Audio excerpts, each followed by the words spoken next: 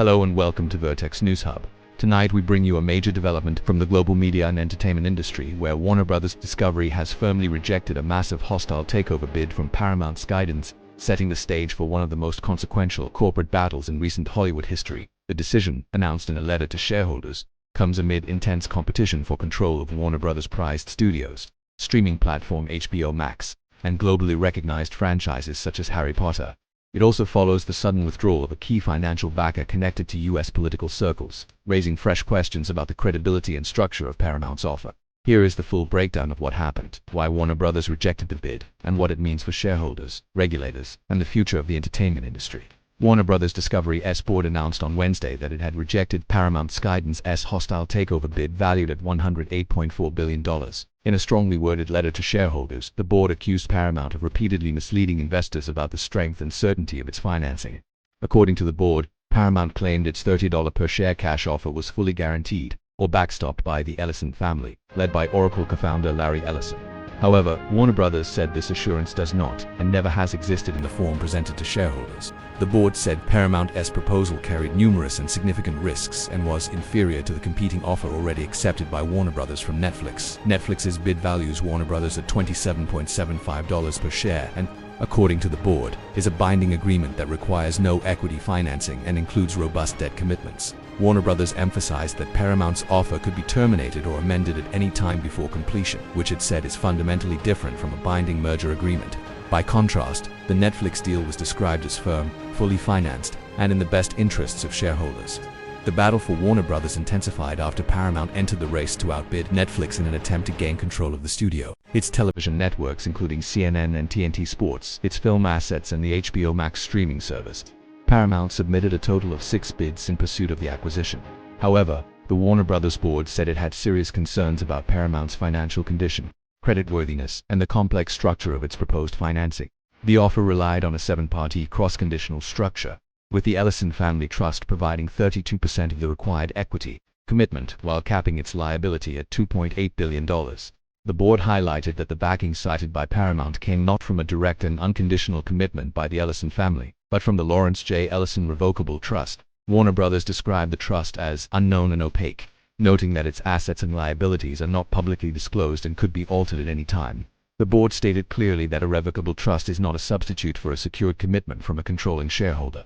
It added that despite repeated requests, the Ellison family had chosen not to fully backstop the Paramount Skydance offer. This decision was further influenced by developments just one day earlier, when Affinity Partners, a fund backed by Jared Kushner, the son-in-law of U.S. President Donald Trump, pulled out of the deal. Affinity Partners was one of the funding sources cited by Paramount, though the exact amount of its contribution was not disclosed in recent filings. In a statement, Affinity Partners said it had decided no longer to pursue the opportunity, citing significantly changed investment dynamics since it first became involved. The firm maintained that there remained a strong strategic rationale for Paramount's offer but confirmed its withdrawal from the process. Paramount, for its part, has argued that it had arranged airtight financing, including $41 billion in new equity assured by the Ellison family and Redbird Capital, along with $54 billion in debt commitments from major financial institutions including Bank of America, Citi, and Apollo. Paramount has also stated that the Ellison Family Trust contains more than $250 billion in assets, including roughly 1.16 billion shares of Oracle, and that this was more than sufficient to cover the equity commitment.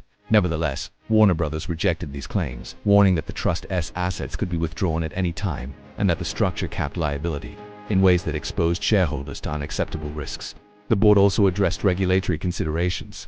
The Ellison family and Paramount have cited their relationship with President Donald Trump as a reason the deal would face a smoother regulatory path.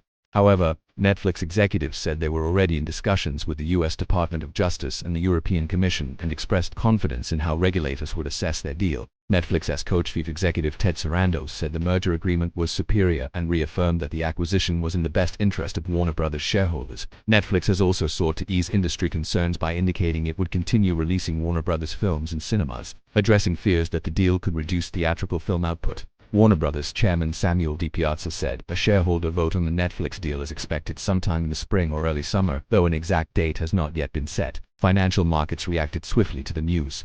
Paramount Skydance shares fell 3.8%, reflecting investor disappointment and uncertainty following the board's rejection. Warner Bros. Discovery shares dipped slightly, down 0.4%, while Netflix stock surged by 2.8% on optimism surrounding the deal's progress. The rejection marks a critical moment in a high-stakes corporate showdown involving some of the most powerful names in technology, entertainment, and finance, with implications for streaming competition, studio ownership, and the future structure of the global media industry. In summary, Warner Bros. Discovery has drawn a firm line against Paramount Skydance's hostile takeover bid, citing misleading claims about financing, significant structural risks, and the absence of a binding commitment from key backers. With Netflix's offer now firmly positioned as the preferred deal, attention turns to regulators and shareholders as the next phase of this historic acquisition unfolds. This decision reshapes the landscape of the entertainment industry and underscores the growing power struggle between traditional studios and streaming giants. That's all for this in-depth report.